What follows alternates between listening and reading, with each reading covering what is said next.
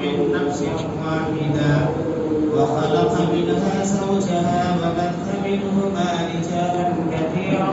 ونساء واتقوا الله الذي تساءلون به والأرحام إن الله كان عليكم رقيبا يا أيها الذين آمنوا اتقوا الله وقولوا قولا سديدا يصلح لكم أعمالكم ويغفر لكم ذنوبكم ومن يطع الله ورسوله فقد فاز فوزا عظيما أما بعد فإن خير الحديث كتاب الله وخير الهدي هدي محمد صلى الله عليه وسلم وشر الأمور محدثاتها وكل محدثة بدعة وكل بدعة ضلالة وكل ضلالة في النار أعوذ بالله من الشيطان الرجيم بسم الله الرحمن الرحيم قاف والقرآن المجيد بل عجبوا أن جاءهم منذر منهم فقال الكافرون هذا شيء عجيب أئذا متنا وكنا ترابا ذلك رجع بعيد قد علمنا ما تنقص الأرض منهم وعندنا كتاب حفيظ بل كذبوا بالحق لما جاءهم فهم في أمر مريج أفلم ينظروا إلى السماء فوقهم كيف بنيناها وزيناها وما لها من فروج والأرض مددناها وألقينا فيها رواسي وأنبتنا فيها من كل زوج بهيج تبصرة وذكرى لكل عبد منيب ونزلنا من السماء ماء مباركا فأنبتنا به جنات وحب الحصيد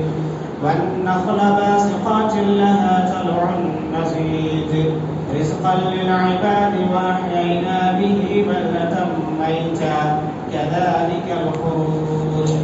رب اشرح لي صدري ويسر لي أمري واحلل عقدة من لساني يفقهوا قولي رب زدني علما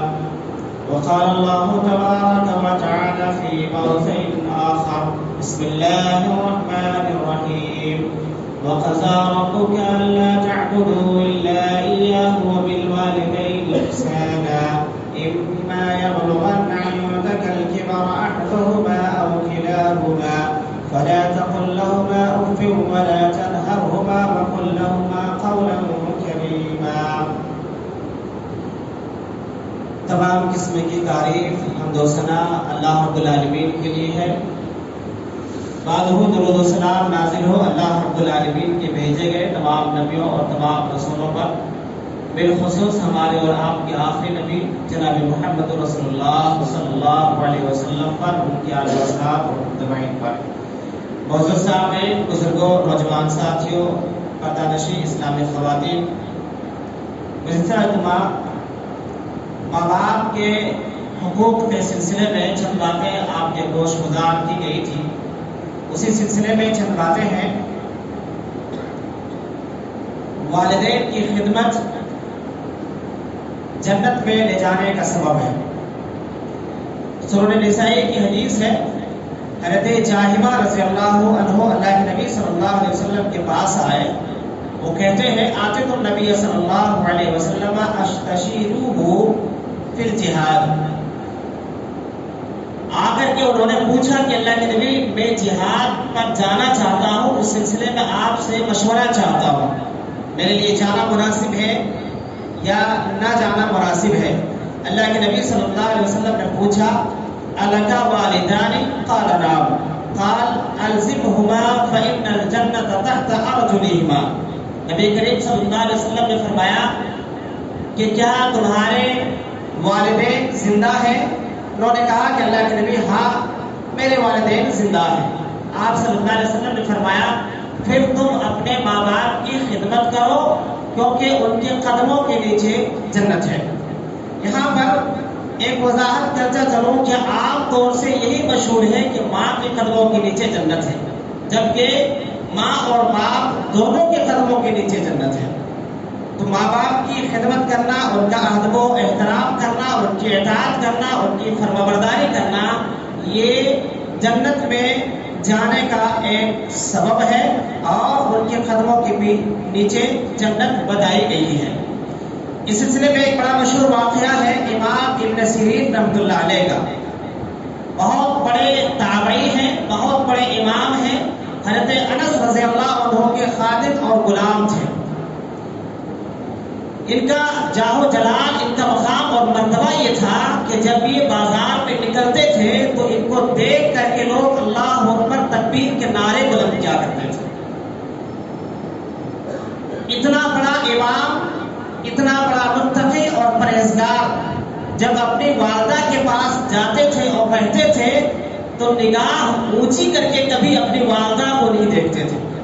کبھی بلند آواز سے بات نہیں کرتے تھے اور بالکل اپنی گردن جھکا کے اپنی والدہ کے ساتھ، اپنے والدہ کے پاس رہتے تھے۔ ایک دفعہ ان سے کسی نے پوچھا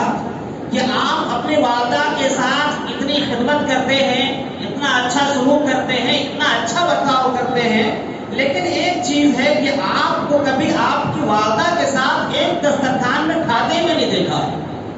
انہوں نے کہا کہ دیکھو،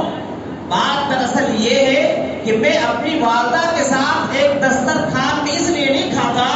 کیونکہ مجھے اس بات کا ڈر ہوتا ہے کہ کسی لقمے کے اوپر میری والدہ کی نظر ہو اور وہ لقمہ میری والدہ اٹھانا چاہتی ہو اور انجانے میں نے وہ لقمہ اپنے منہ میں ڈال لیا ہو، میں اس بات کو اپنی والدہ کے لیے بے ادبی سمجھتا ہوں اور اپنی والدہ کی نافرمانی سمجھتا ہوں، اس لیے میں اپنی والدہ کے ساتھ ایک دسترخوان میں کبھی کھانا نہیں کھاتا۔ اللہ اکبر۔ اس طریقے سے ہمارے اسلاف اپنے ماں باپ کی خدمت کیا کرتے تھے، ان کا ادب و احترام کیا کرتے تھے۔ والدین کی خدمت میں عمر کی درازی ہے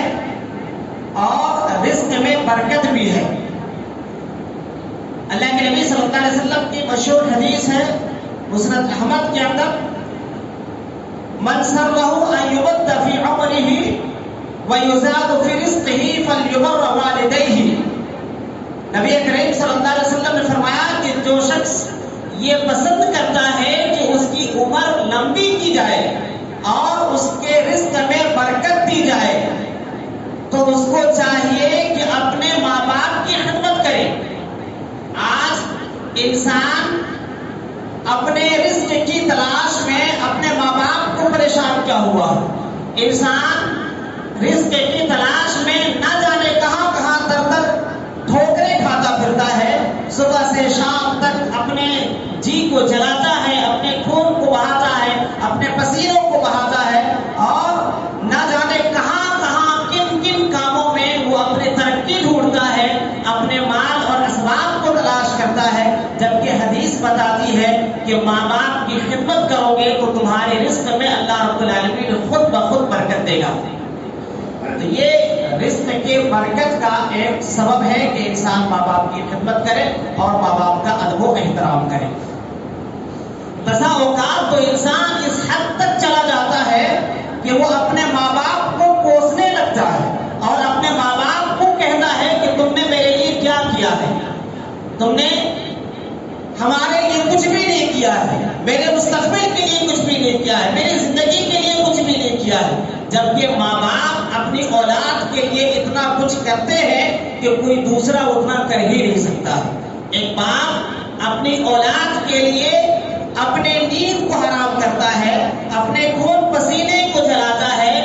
نہ سردی دیکھتا ہے، نہ گرمی دیکھتا ہے، نہ دھوپ دیکھتا ہے، کچھ نہیں دیکھتا ہے، صرف اپنے بچوں کی خوشی دیکھتا ہے اور اس کے لیے ہمیشہ وہ سرگردہ رہتا ہے، پریشان رہتا ہے۔ اور وہی اولاد جب اپنی بلوغت کو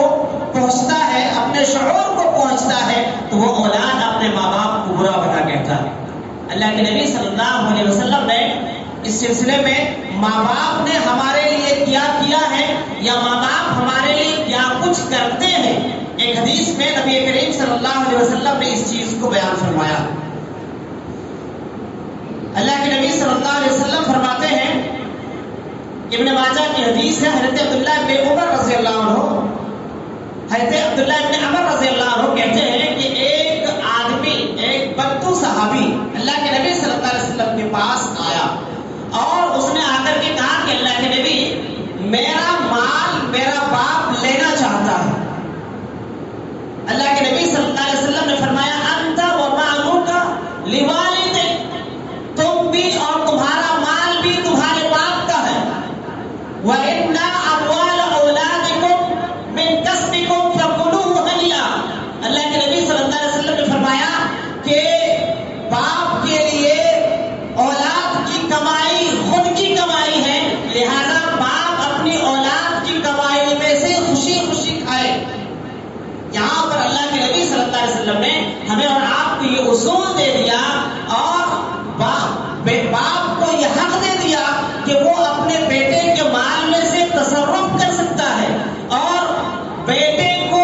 یہ وارننگ دے دی کہ تم کچھ نہیں ہو، تمہاری دولت کچھ نہیں ہے، جو کچھ بھی ہے وہ سب تمہارے باپ کا ہے، تمہارا کچھ بھی نہیں ہے۔ ہم اور آپ ذرا سوچیں، ہمارے معاشرے میں کتنے سارے لوگ ایسے ہیں جو اپنے ماں باپ کی صحیح خدمت نہیں کرتے، اپنے ماں باپ کا صحیح خرچہ نہیں دیتے، اپنے ماں باپ کے دوا علاج کا انتظام نہیں کرتے۔ اللہ کے نبی صلی اللہ علیہ وسلم فرماتے ہیں، تم اپنی دولت کے اوپر، اپنے مال کے اوپر جو ہے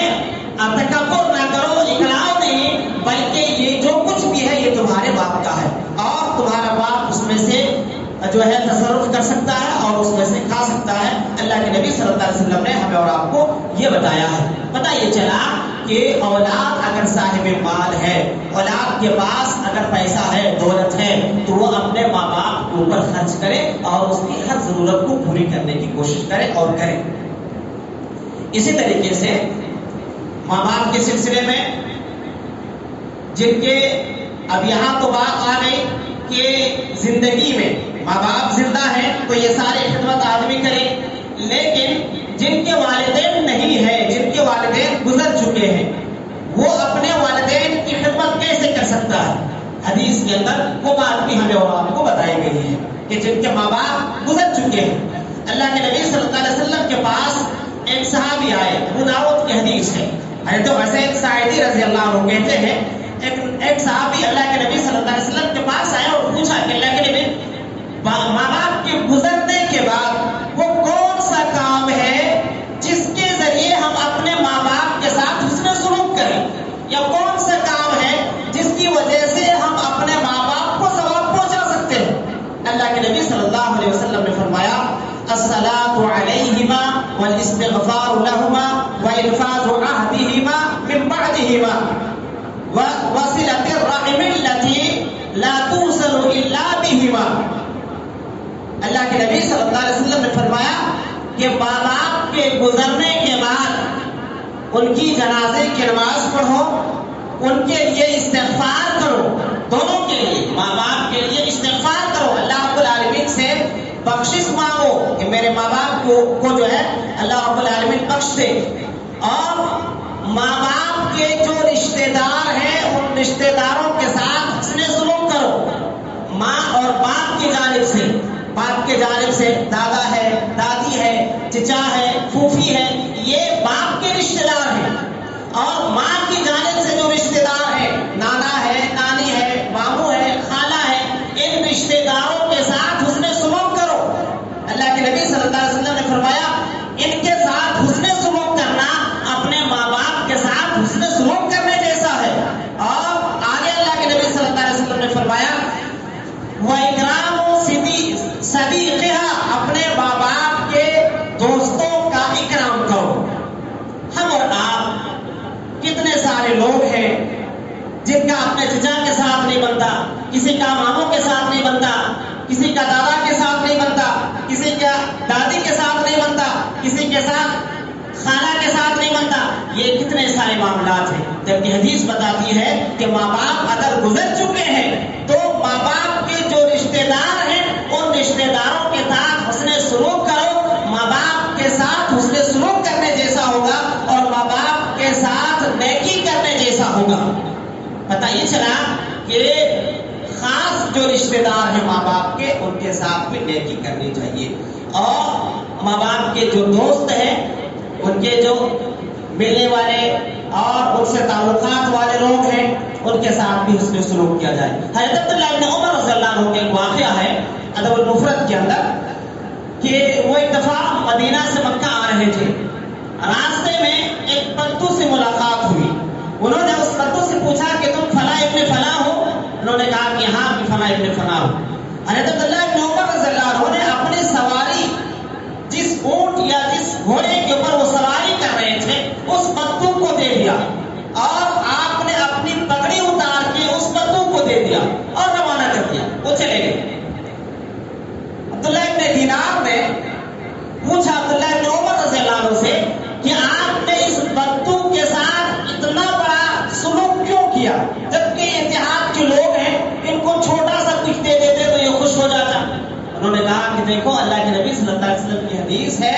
اپنے باپ کے دوستوں کا اکرام کرو، اور مجھے اچھی طریقے سے معلوم ہے کہ یہ بدو صحابی میرا باپ کا دوست تھا، میرے باپ کا جگری یار تھا، میں نے اپنے باپ کے ساتھ حسن سلوک کا ارادہ کیا، اس لیے اس بدو کو اپنی سواری دے دی، اس بدو کو اپنی پگڑی دے دی، اور جو کچھ مجھ سے بن سکا میں نے اس بدو کو دیا، تاکہ اس بدو کو دینے کا ثواب میرے باپ کو پہنچ جائے۔ یہ ہوتا ہے ماں باپ کے ساتھ حسن سلوک کرنا، کہ انسان ماں باپ کے ساتھ حسن سلوک کا ہر ممکن کوشش کرے۔ اب آئیے جب چیزیں جانتے ہیں ماں باپ کی نافرمانی کرنے کے سلسلے میں، ماں باپ کی نافرمانی کرنا، ان کی بے ادبی کرنا، ان کا عزت و احترام نہ کرنا، اللہ کے نبی صلی اللہ علیہ وسلم نے اس چیز کو گناہ کبیرہ میں شمار کیا ہے اور باقاعدہ شرک کے ساتھ ذکر کیا ہے۔ صحیح بخاری کی حدیث ہے، آپ صلی اللہ علیہ وسلم نے فرمایا الا انبئکم باکبر الکبائر الاشراک باللہ وعقوق الوالدین۔ آپ فرماتے ہیں کیا میں تم لوگوں کو بڑے گناہوں کے بارے میں نہ بتاؤں؟ اور بڑے گناہ یہ ہے کہ اللہ کی ذات کے ساتھ کسی کو شریک ٹھہرایا جائے۔ بڑے گناہوں میں سے یہ ہے کہ ماں باپ کی نافرمانی کی جائے،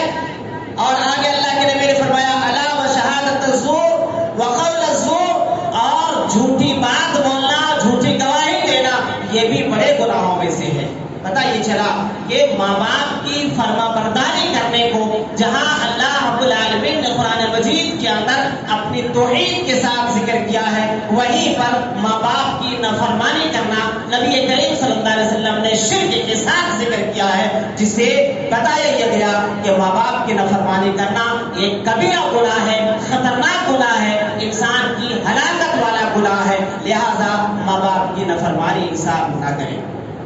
اور ماں باپ کی نافرمانی کے سلسلے میں مشہور واقعہ ہے، بہت سارے واقعات ہیں، لیکن مشہور واقعہ شاید آپ نے بارہا سنی ہوگی، حضرت جریج کا واقعہ جو صحیح مسلم اور دیگر کتب احادیث کے اندر موجود ہے، کہ بڑا نیک شخص تھا، بہت بڑا ولی اللہ تھا، بڑا نیک، بڑا پرہیزگار، بڑا متقی تھا۔ انہوں نے اپنی عبادت کے لیے ایک الگ مقام بنا رکھا تھا، اسی میں صبح و شام تک وہ عبادت کیا کرتا تھا، اسی میں اللہ کی بندگی میں وہ محو رہا کرتا تھا۔ ان کی والدہ ایک دن گئی، دروازے پر آواز دی، وہ نماز میں یا اللہ کی عبادت میں تھا، اس نے کوئی جواب نہیں دیا۔ دوسرے دن تیسرے دن بھی جب کوئی جواب نہیں دیا، ان کی ماں نے ایک بددعا کی، ایک بددعا کے الفاظ زبان سے نکلے کہ اللہ جب تک یہ جریج کسی فاحشہ عورت کا منہ نہ دیکھ لے، اس کی موت نہ آئے۔ اور پھر نتیجہ یہ ہوا کہ ایک بدکار اور فاحشہ عورت نے ایک غیر مرد کے ساتھ، ایک چرواہے کے ساتھ بدکاری کی۔ جب بچہ ہوا، لوگوں نے پوچھا کہ یہ بچہ کس کا ہے، تو اس بدکار فاحشہ عورت نے حضرت جریج کا نام لیا۔ لوگ گئے اور جا کر کے مارنے لگے، پیٹنے لگے، کچھ پوچھے بغیر کہ نیک بنا پھرتا ہے، متقی بنا پھرتا ہے، پرہیزگار بنا پھرتا ہے، اور اس کی حرکتیں تو ایسی ہیں، اس کے کرتوت تو ایسے ہیں۔ لوگ مارنے لگے۔ انہوں نے پوچھا کہ آخر تم مجھے مار کیوں رہے ہو، ذرا بتاؤ تو صحیح۔ بتایا کہ ایسا ایسا معاملہ ہے۔ انہوں نے کہا کہ وہ بچہ کہاں ہے، لایا جائے۔ اس بچے کو لایا گیا۔ اللہ تبارک و تعالی نے اپنے نیک بندے کی عزت و آبرو کی حفاظت کرنی تھی۔ وہ بچہ بول پڑا کہ میرا باپ جریج نہیں بلکہ فلاں شخص ہے جس کے ساتھ میری والدہ نے بدکاری کی تھی۔ بہرحال بتانے کا مقصد یہ ہے کہ یہاں پر تو ایک نیک شخص تھا، اللہ نے ان کو بچانا تھا، اللہ نے بچا دیا۔ لیکن ماں باپ کی نافرمانی کا نتیجہ ایسا ہو سکتا ہے کہ ماں باپ اگر کسی وقت ناراضگی میں، غصے میں، جذبات میں آ کر کے اپنی اولاد کے لیے بد دعا کر دے، عین ممکن ہے اسی وقت اللہ کے یہاں قبولیت کی گھڑی بھی ہو اور اللہ کے یہاں وہ بد دعا قبول ہو جائے اور ہماری زندگی تباہ ہو جائے۔ لہذا ہمیشہ اپنے ماں باپ کی دعائیں لو، ہمیشہ اپنے ماں باپ کی بد دعا سے بچو، ہمیشہ اپنے ماں باپ کو خوش اور راضی رکھنے کی کوشش کرو، ہمیشہ ماں باپ کی جو ہے فرمانبرداری کرو، ان کے ساتھ حسن سلوک کرو۔ ماں باپ کی نافرمانی کا ایک نتیجہ یہ بھی ہے کہ انسان اللہ رب العالمین کی رحمت سے محروم ہو جاتا ہے۔ سنن نسائی کی حدیث ہے، اللہ کے نبی صلی اللہ علیہ وسلم فرماتے ہیں ثلاثۃ لا ينظر الله إليهم يوم القيامة العاق لوالده ومدمن الخمر والمنان عطاءه۔ آپ فرماتے ہیں کہ 3 شخص ایسے ہیں اللہ تبارک و تعالیٰ کی رحمت نہیں اترتی، قیامت کے دن ایسے لوگوں کی طرف اللہ نظر اٹھا کے بھی نہیں دیکھے گا۔ پہلا ہے ماں باپ کا نافرمان، والدین کا نافرمان شخص، اس کی طرف اللہ رحمت کی نظر سے بھی نہیں دیکھتا، اس کے اوپر اللہ کی رحمت نہیں برستی۔ اور دوسرا ہے ہمیشہ شراب پینے والا، ہمیشہ نشے میں رہنے والا، اور تیسرا ہے احسان دے کر کے احسان جتلانے والا۔ تو یہ گناہ کبیرہ ہے، اس سے انسان کو بچنے کی کوشش کرنی چاہیے۔ اسی طریقے سے ایک چیز اور بھی ہے، ماں باپ کی نافرمانی یہ اپنے آپ کو لعنتی بنانے کا ایک سبب ہے۔ انسان جب ماں باپ کا نافرمان ہوتا ہے تو در حقیقت وہ شخص لعنتی بن جاتا ہے، اس کے اوپر اللہ کی لعنت برستی ہے، اس کے اوپر انسانوں کی لعنت برستی ہے، لعنت کرنے والوں کی لعنت برستی ہے۔ اللہ اکبر، کتنی خطرناک وعید ہے کہ جس کے اوپر اللہ کی لعنت برس جائے، جس کے اوپر انسانوں کی لعنت برس جائے۔ آپ اور ہم ذرا سوچیں، کیا انسان کبھی کامیاب ہو سکتا ہے؟ یقیناً نہیں ہو سکتا۔ اللہ کے نبی صلی اللہ علیہ وسلم فرماتے ہیں، صحیح الترغیب کی حدیث ہے، ملعون من عمل عمل قوم لوط، ملعون ہے وہ شخص جس نے قوم لوط والا عمل کیا، وملعون من ذبح لغیر اللہ، ملعون ہے وہ شخص جس نے اللہ کے علاوہ کسی اور کے نام پر جانور ذبح کیا، وملعون من عق والدین، ملعون ہے وہ شخص جس نے اپنے ماں باپ کی نافرمانی کی۔ اتنا خطرناک گناہ ہے میرے بھائیوں، لہذا ماں باپ کی قدر کرو، ماں باپ کی فرمانبرداری کرو، ماں باپ کے ساتھ حسن سلوک کرو، ماں باپ کے حقوق کو ادا کرنے کی کوشش کرو، اور جہاں تک ہو سکے ماں باپ کو خوش رکھنے کی کوشش کرو، کیونکہ ماں باپ خوش رہیں گے، ان کے حقوق کو ہم ادا کریں گے، بہت سارے فائدے اس دنیا میں ہمیں ملیں گے اور آخرت میں یقیناً اس کے فائدے ہمیں اور آپ کو ضرور ملنے والے ہیں۔ اب ایک چیز آخر میں، یہاں تک ماں باپ کے سلسلے میں، ماں باپ کے حقوق کے سلسلے میں اور ان کی ناقدری کے سلسلے میں چند باتیں تھیں۔ یہ محرم الحرام کا مہینہ چل رہا ہے اور ہمیں اور آپ کو معلوم ہے کہ محرم الحرام کے مہینے میں نبی کریم صلی اللہ علیہ وسلم کو روزہ رکھنا رمضان کے روزے کے بعد سب سے زیادہ محبوب تھا، سب سے زیادہ پسندیدہ تھا۔ لہذا اس عشرے میں یعنی پہلے محرم سے لے کے 10ویں محرم تک روزہ رکھنا چاہیے، بلکہ پورے مہینے میں انسان کو جتنی توفیق ہو روزہ رکھنے کی کوشش کرنا چاہیے، اور خاص طور سے عاشورہ کا روزہ ضرور رکھنا چاہیے۔ اللہ کے نبی صلی اللہ علیہ وسلم نے عاشورہ کے روزے کے سلسلے میں فرمایا، صیام یوم عاشورہ احتسب علی اللہ ان یکفر السنۃ التي قبلہ، عاشورہ کا روزہ مجھے امید ہے کہ اللہ تبارک و تعالیٰ پچھلے 1 سال کے گناہ کو معاف فرما دے گا۔